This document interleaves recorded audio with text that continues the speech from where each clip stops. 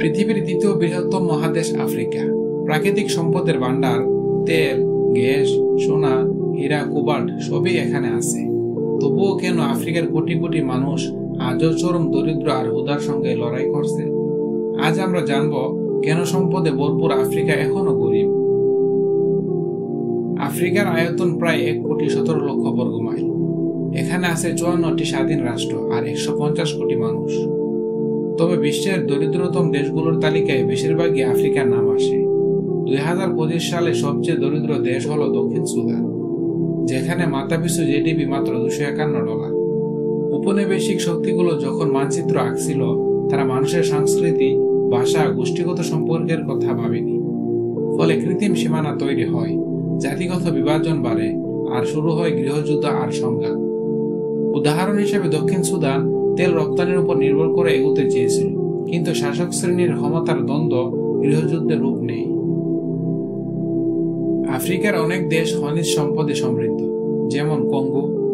এখানে রয়েছে বিশ্বের অন্যতম বড় কোবাল্ট ভান্ডার, যা ব্যাটারি ও ইলেকট্রনিক শিল্পের জন্য অপরিহার্য। কিন্তু এই সম্পদ সাধারণ মানুষের জীবন বদলায়নি, বরং ক্ষমতার লড়াই, অস্ত্র ব্যবসা আর দুর্নীতি বাড়িয়েছে। দুর্বল প্রতিষ্ঠান আর অস্বচ্ছ প্রশাসন দুর্নীতিকে বাড়ায়। জাতিসংঘের তথ্য অনুযায়ী প্রতি বছর আফ্রিকা থেকে প্রায় $89 বিলিয়ন অবৈধভাবে পাচার হয়। ফলে শিক্ষা, স্বাস্থ্য, বিদ্যুৎ কিংবা পানি প্রকল্প অনেকটাই থেমে থাকে। মোজাম্বিকের টুনা বন্ড কেলেঙ্কারি তার বড় উদাহরণ। $700 কোটি ঋণ উন্নয়নে না গিয়ে দুর্নীতির হাতায় মিলিয়ে যায়। আফ্রিকার সবচেয়ে বেশি ক্ষতিগ্রস্ত হচ্ছে জলবায়ু পরিবর্তনে। সাহারা অঞ্চলে দীর্ঘ খরা, পানির তীব্র সংকট, মধ্য আফ্রিকা অতিবৃষ্টি আর বন্যা। কোথাও ফসল জন্মায় না, আবার কোথাও সবকিছু ভেসে যায়।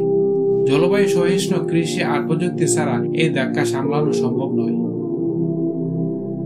সব মিলে আফ্রিকার দরিদ্রের মূল কারণগুলো হলো রাজনৈতিক অস্থিরতা, দুর্বল প্রতিষ্ঠান, চরম দুর্নীতি, ঋণের জট, জলবায়ু পরিবর্তন।